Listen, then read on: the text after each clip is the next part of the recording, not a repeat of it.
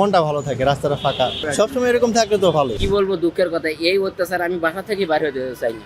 যাতায়াতে খুব সুবিধা হচ্ছে, লোক সমাগম কম, রাস্তায় যানজট নেই, এভাবে ঘুরতে ভালো লাগে ঢাকাতে আসলে।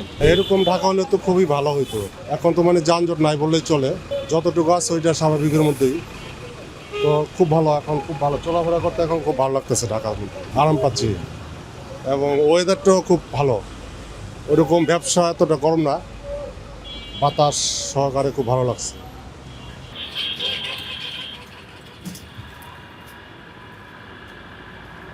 আমি যে কোম্পানি আছি ওই কোম্পানিতে আপনার ঈদের দিন ছুটি দেয়নি আর কি। তো এই জিনিসটা একটা ভালো হয়েছে যে যাতায়াতে অনেকটা সুবিধা হচ্ছে, মনটা ভালো থাকে, রাস্তাটা ফাঁকা, সবসময় এরকম থাকলে তো ভালোই। এরকম যদি সবসময় থাকে তাহলে তো অবশ্যই ভালো। আমি যাচ্ছি আমার বাসায়, আমি আমার অফিস থেকে বেরোলাম, আমার আসতে আপনার 15 থেকে 20 মিনিট সময় লাগছে, আর এখন হয়তো যেতে আপনার এরকম আধা ঘন্টা সময় লাগবে ম্যাক্সিমাম। রেগুলার টাইম থেকে অনেক কম, কারণ সচরাচর আপনার সময় লাগে 1.5 ঘন্টা, কি অনেক সময় 2 ঘন্টাও লাগে।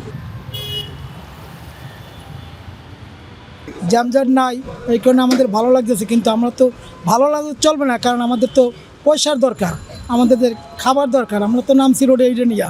আমি এক জায়গায় যাব, সেখানে যদি আমার যানজটের সময় টাইমটা লস হয়, সেটা একটা বিশাল পেরেশানি নয়। খালি ঢাকায় তো আসলে যাতায়াতে খুব সুবিধা হচ্ছে, লোক সমাগম কম, রাস্তায় যানজট নেই, আসলে এইভাবে ঘুরতে ভালো লাগে ঢাকাতে আসলে। অনেকটা স্বস্তি লাগতেছে, এটা ভালো লাগতেছে, এদিকে ভালোই আছে। ইনশাল্লাহ এইরকম থাকলে তো আলহামদুলিল্লাহ ভালোই হইতো। মানুষের যে একটা ভোগান্তি, রাস্তা জ্যাম আটকিলে আমাদের কি বলবো, দুঃখের কথা, এই অত্যাচার আমি বাসা থেকে বাইরে হতে চাই না। এমনি অনেক ফাঁকা, খুব শান্তি লাগে, আরাম পাইলে কি ক্যাব তো নাই, মাত্র 200 টাকা মাত্র, সকাল 8টা থেকে বলছে।